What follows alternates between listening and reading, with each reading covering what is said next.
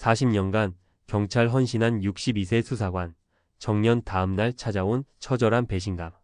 이 문장을 듣고 나면 왠지 남일 같지가 않죠. 죽어라 열심히 일만 했는데 막상 은퇴하고 나니 허무함과 외로움이 밀려드는 느낌 혹시 한 번이라도 겪어보셨나요? 사실 대부분의 사람들이 퇴직 후의 삶에 대해 깊게 생각하지 못하다가 막상 그날이 다가오면 깜짝 놀라는 경우가 많아요. 우리가 듣는 뉴스나 주변 사례만 봐도 정년을 제대로 준비하지 못한 분들이 다 이거밖에 안 되는 인간이었나 하고 자괴감에 빠지는 이야기가 참 흔하잖아요. 오늘은 이 62세 수사관의 이야기를 조금 더 파고들어 보려고 해요. 40년간 경찰 조직에 몸담고 대한민국 사회 안녕에 한몸 바쳤던 분입니다. 평생 사건 사고 속에서 정의를 지켜왔고 다른 사람들에게도 늘 내가 꼭 해결해 줄게요 라고 장담하며 살아왔던 사람이었죠. 그런데 어느 날 정년 퇴직을 하고 집으로 돌아온 첫날 아침 느닷없이 끝없는 허탈감이 엄습해 왔대요. 어제까진 분명 빛나는 배지를 달고 현장에 나갔는데 오늘은 내가 도대체 누구지? 이런 생각이 머릿속을 가득 메운 겁니다. 비알 아마 이 글을 읽고 계신 여러분 중에도 비슷한 불안을 느끼시는 분이 있을 것 같아요. 직업이나 조직은 다를 수 있어도 우리는 모두 언젠가는 일을 떠나야 하니까요. 그래서 은퇴 후의 삶에 대한 막연한 두려움이 생길 때가 많죠. 뭔가 준비해야 할 것 같은데 정작 어떻게 해야 할지 몰라서 그냥 시간을 흘려보내다가 갑자기 그날을 맞이하게 되고요. 그래서 오늘은 이 이야기를 통해 은퇴를 앞두고 있거나 혹은 이미 은퇴하신 분들이 현실적인 대비를 할 수 있도록 몇 가지 사례를 들어가며 구체적인 전략을 나눠보려 해요. 괜히 무겁게만 생각하기보다는 조금은 속 편하게 얘기 나누는 느낌으로 접근해 봅시다. 1. 40년 경찰 헌신, 사명감 뒤에 찾아온 공허함. 먼저 이 62세 수사관 이야기부터 해볼게요. 평생을 경찰 조직에서 보냈으니 본인은 딱히 사회생활 따로 준비해야겠다라는 생각 자체를 못했어요. 나는 경찰이고 경찰은 곧 나다라는 식의 정체성이 워낙 강했으니까요. 근데 정년 딱 끝나고 더 이상 근무복도, 계급장도, 출근할 부서도 없는 상태가 되니 이게 끝이 아니었나 하는 절망감이 한꺼번에 몰려왔답니다. 게다가 그간 바쁘다는 이유로 가족들과 정서적 교감을 깊게 쌓지 못한 부분이 한꺼번에 드러난 거예요. 딸이랑 대화하려고 해도 대화 주제가 잘 안 맞고 아내와 보내는 시간도 어색하기 짝이 없는 거죠. 직장에서는 인정을 받았는데 정작 가정 안에서의 내 역할이 뭐였는지 모르겠다는 사실을 깨닫게 된 거예요. 그러다 보니 친구나 지인들에게 전화를 해봐도 다들 각자의 삶에 바쁘니 오래 통화하기도 어렵고 똑같이 퇴직 후 경제적 정서적으로 힘들어하는 동료들도 막상 만날 때마다 왠지 씁쓸함이 더 커지고요. 이럴 때 가장 큰 문제는 내가 어디로 가야 하지? 하는 정체성 혼란이죠. 2. 사례 1- 퇴직 후에도 내 정체성을 유지한 김 과장. 여기서 첫 번째 사례로 김 과장 이야기를 해볼게요. 이분은 공기업에서 35년 근무하고 퇴직했는데요. 처음에는 나도 드디어 자유다 하고 좋아했대요. 그런데 한두 달 지나니까 위에 62세 수사관처럼 허무감이 몰려왔답니다. 더 이상 김 과장이라는 직함으로 불리지 않는 게 심적으로 꽤 큰 타격이었다고 해요. 그런데 김 과장님, 아니 이제는 김 선생님이라 해야 할까요?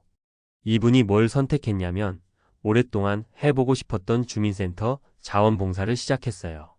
그곳에서 주민 대상 문서 업무나 민원 안내 같은 걸 도우면서 본인의 행정 경험을 자연스럽게 살릴 수 있었죠. 비알 이게 참 효과가 좋았던 게 은퇴 이후에도 난 아직 쓸모있는 사람이구나 하는 자존감을 회복할 수 있었다고 하더라고요. 그리고 자원봉사를 계기로 지역사회에서도 꽤나 알아주는 전문 봉사자가 됐고 퇴직 공무원 모임 등에 소속되어 활동 범위도 점점 넓혀갔죠. 비알 결국 본인이 소속된 조직 혹은 직함이 사라져도 새로운 활동을 통해 자신이 가진 역량과 정체성을 이어나갈 방법을 찾은 겁니다. 3. 사례 2- 은퇴 후 경제적 불안에 대처한 이 선생님. 또 다른 예로 이 선생님 사례를 말씀드릴게요. 이분은 30년 넘게 중고등학교 교사 생활을 하시다가 정년 퇴직 후 연금만으로는 아이들 학비나 생활비가 부족해서 고민이 많았다고 해요. 특히 최근엔 물가도 오르고 자녀들도 취직을 늦게 하는 경우가 흔하다 보니 생각보다 씀씀이가 줄어들지 않았다는 거죠. 이분은 다행히 퇴직 전에 1인 교습소를 미리 준비했대요. 학교에서 가르쳤던 과목을 그대로 활용해 개인 과외나 소규모 그룹 수업을 진행한 겁니다. 처음엔 퇴직한 선생님이 뭘 또 가르치냐? 라는 반응이 있었지만 막상 시작하고 나니 경력과 노하우가 풍부하다 보니 입소문이 나서 제법 안정적인 수익이 생겼대요. 결국 이분은 현역 시절의 전문성을 그대로 가져와서 제2의 직업을 마련한 셈이에요. 여기서 핵심은 그동안 쌓아온 경험과 실력을 은퇴 이후까지 연결 지을 수 있는가였죠. 본인이 알고 있는 지식과 네트워크 혹은 자격증 등을 최대한 활용하면 아예 생소한 분야를 새로 시작하는 것보다 훨씬 수월하거든요. 4. 사례 3 흥미를 일로 바꿔낸 이대리. 이번엔 조금 다른 각도의 사례를 하나 더 들어볼게요. 이름하여 이대리. 사실 대리라는 호칭은 옛날 얘기고 이분도 30년 가까이 회사에서 근무하고 퇴직하셨답니다. 그런데 이분은 원래부터 사진 찍는 걸 엄청 좋아했어요. 직장 다닐 때도 틈만 나면 카메라를 들고 산에 오르거나 인물 사진을 찍어서 SNS에 올리곤 했는데 이게 반응이 은근히 좋았대요.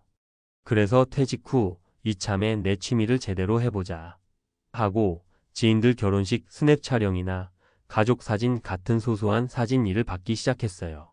어떻게 보면 새로운 창업에 가까운 개념이었죠.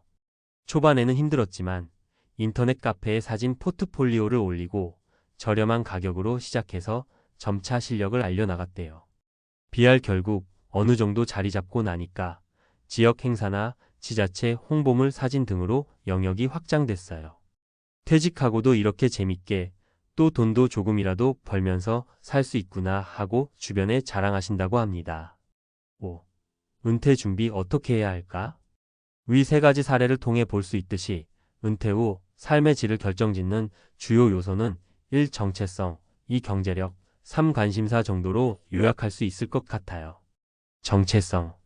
조직에서 부여받은 직함이나 책임이 사라지면 허무함이 찾아올 수밖에 없어요.